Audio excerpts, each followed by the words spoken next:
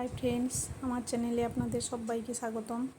তো আজকে আমি আপনাদের রান্না করে দেখাবো কচুরলতি। তো আমার রেসিপিটা যদি ভালো লাগে আপনারা লাইক কমেন্ট শেয়ার করবেন এবং সাবস্ক্রাইব করবেন। তো রান্নার দিকে যাওয়া যাক। প্রথমে আমি কচুরলতি কেটে নিয়েছি, আর কচুরলতিটা কম আছে বলে কুমড়ো আর আলু কেটে নিয়েছি, আর দিয়ে দেবো কয়েকটা কাঁঠালের দানা।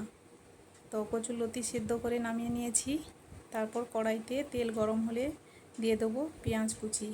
পেঁয়াজ কুচিটা লাল লাল করে ভাজা হয়ে এলে তাতে দিয়ে দেবো রসুন বাটা। রসুনটা আবার লাল হয়ে এলে দিয়ে দেবো আদা বাটা। তো এইভাবে বেশ খানিকক্ষণ নাড়বো হালকা আঁচে। তারপর দিয়ে দেবো লঙ্কা গুঁড়ো, তেজপাতা।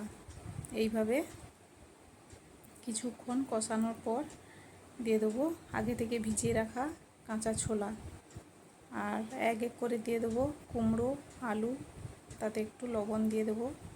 দিয়ে খানিকক্ষণ হালকা আঁচে নাড়তে থাকবো এবং ঢাকাও দিয়ে দেবো।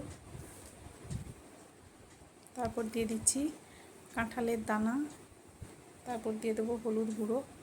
এইভাবে এক এক করে দিয়ে দেবো। যখন কুমড়োটা হালকা সিদ্ধ হয়ে আসবে, সিদ্ধ হয়ে এলে কচুরলতিটা দিয়ে দেবো।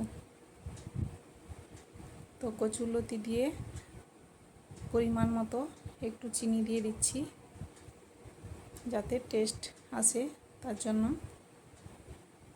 তো এইভাবে আরও খানিকক্ষণ নাড়ব। যেহেতু আমার কুমড়োটা একটু সেদ্ধ হতে বাকি আছে, তাই আমি অল্প পরিমাণে জল দিয়ে দিয়েছি।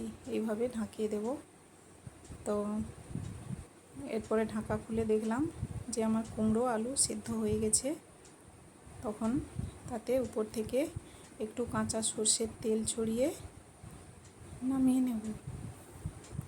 তো এইভাবে আমার কচুরলতি রান্নাটা রেডি হয়ে গেছে। তো আমার রান্না যদি আপনাদের ভালো লাগে সাবস্ক্রাইব করবেন, লাইক কমেন্ট শেয়ার করবেন। টাটা।